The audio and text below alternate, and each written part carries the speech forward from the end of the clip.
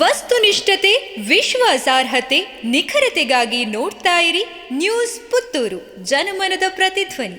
ಶುಭ ಸಂಜೆ. ನಾನು ಶ್ರೀಮ. ಇಂದಿನ ಮುಖ್ಯಾಂಶಗಳು.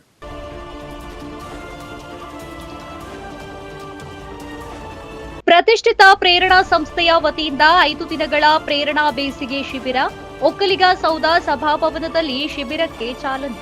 ಪುತ್ತೂರಿನ ಏಳ್ಮುಡಿಯಲ್ಲಿರುವ ಕೆನರಾ ಬ್ಯಾಂಕ್ ಬಳಿ ಕಾರ್ಯಾಚರಿಸುತ್ತಿರುವ ಪ್ರತಿಷ್ಠಿತ ಪ್ರೇರಣಾ ಸಂಸ್ಥೆಯ ವತಿಯಿಂದ 5 ದಿನಗಳ ಕಾಲ ನಡೆಯುವ ಪ್ರೇರಣಾ ಬೇಸಿಗೆ ಶಿಬಿರಕ್ಕೆ ಶುಕ್ರವಾರ ಖಾಸಗಿ ಬಸ್ ನಿಲ್ದಾಣದ ಬಳಿಯಿರುವ ಒಕ್ಕಲಿಗ ಸೌಧ ಸಭಾಭವನದಲ್ಲಿ ಚಾಲನೆಯನ್ನ ನೀಡಲಾಯಿತು.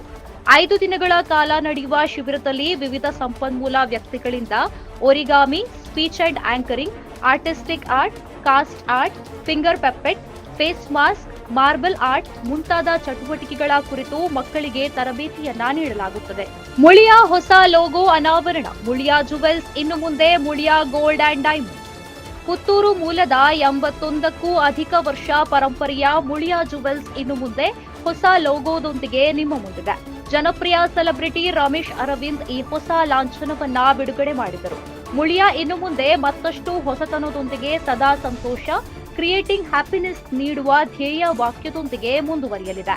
ಕಾಮತ್ ರೆಸ್ಟೋರೆಂಟ್ನ ಮಾಲಕರ ಪತ್ನಿ ವಿನುತಾ ದಿನೇಶ್ ಕಾಮತ್ ನಿಧನ. ಕೆಎಸ್ಆರ್ಟಿಸಿ ಬಸ್ ನಿಲ್ದಾಣದ ಬಳಿಯ ಕಾಮತ್ ರೆಸ್ಟೋರೆಂಟ್ನ ಮಾಲಕ ದಿನೇಶ್ ಕಾಮತ್ ರವರ ಪತ್ನಿ ವಿನುತಾ ದಿನೇಶ್ ಕಾಮತ್ ಅಸೌಖ್ಯದಿಂದ ಏಪ್ರಿಲ್ 11ರಂದು ನಿಧನರಾದರು.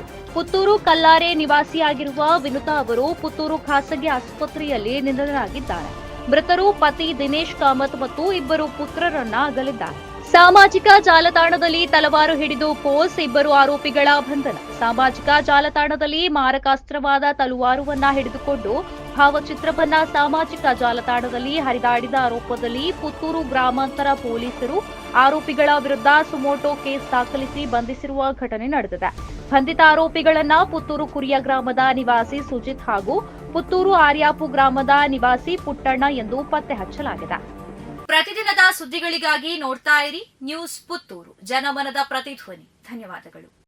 ವಸ್ತುನಿಷ್ಠತೆ, ವಿಶ್ವಾಸಾರ್ಹತೆ, ನಿಖರತೆಗಾಗಿ ನೋಡ್ತಾ ಇರಿ ನ್ಯೂಸ್ ಪುತ್ತೂರು, ಜನಮನದ ಪ್ರತಿಧ್ವನಿ.